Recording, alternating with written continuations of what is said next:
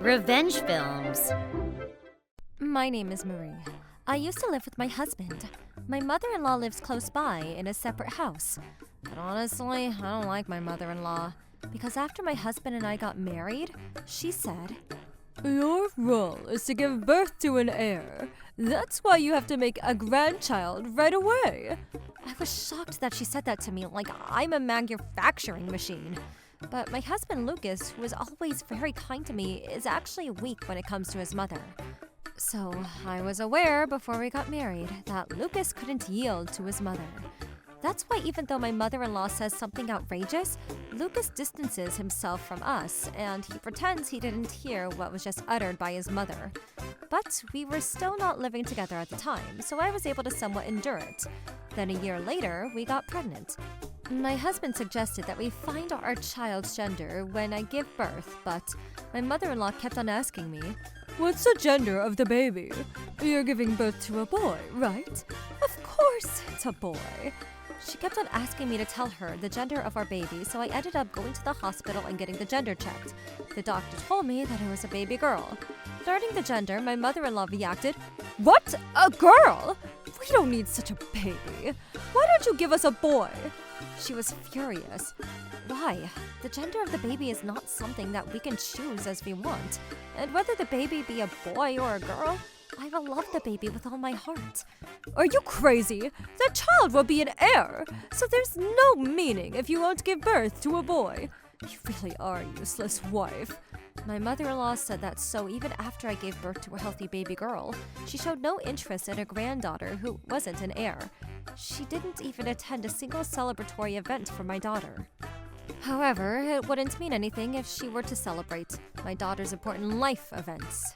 So I didn't mind it at all that she didn't celebrate with us. My husband is not a bad person, as long as his mother does not get involved. So we were back to our usual day-to-day routine. Luckily, I got pregnant again after 2 years. Because of what happened last time, my husband and I talked it out and we came to the decision that we will keep the pregnancy a secret from my mother-in-law. However, she noticed that my belly was getting bigger, so she found out about my pregnancy. The moment my mother-in-law found out about my pregnancy, she came to our house and said, "There's no doubt about it this time. The baby you're carrying is a boy. Of course it's a boy. There's no way that you will be so unfortunate as to give birth to another girl." That's what she said to my face. To say that it's unfortunate to give birth to a girl, even the lack of common sense has limits. It would not be good for my body if I became very emotional, so I decided not to care about what my mother-in-law said while I was pregnant.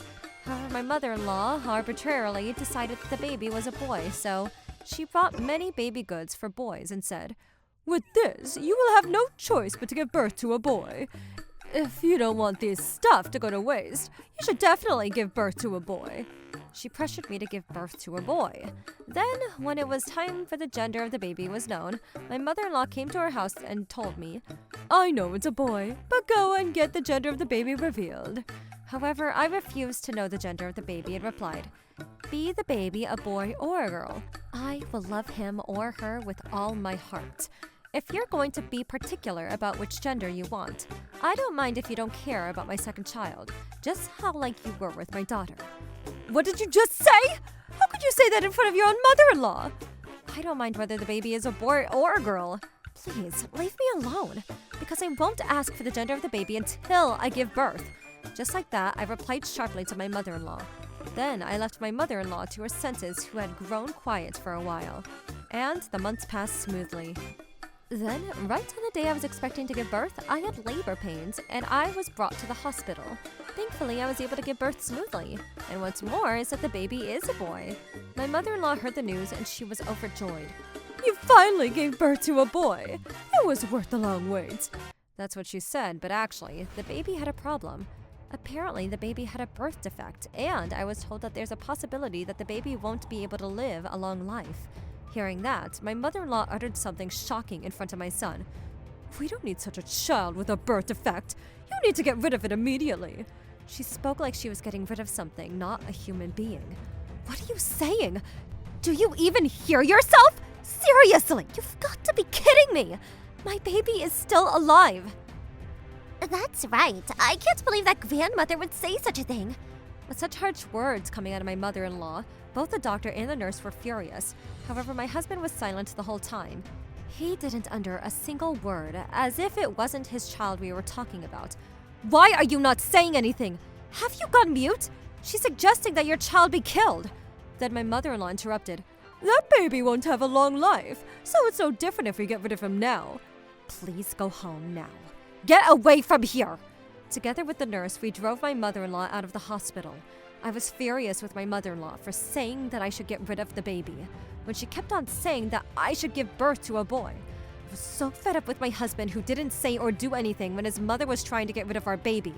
However, I thought that I would be able to raise my daughter and my disabled son without the financial help of my husband.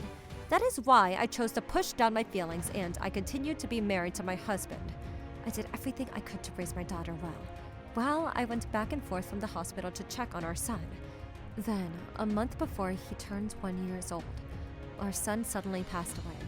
Nothing could describe the pain and sadness I felt. Then, during the funeral, my mother-in-law said something unbelievable. He finally died. Finally, the child who needed a lot of care and attention is gone now. Next time, make sure you give birth to a healthy and proper boy, you know.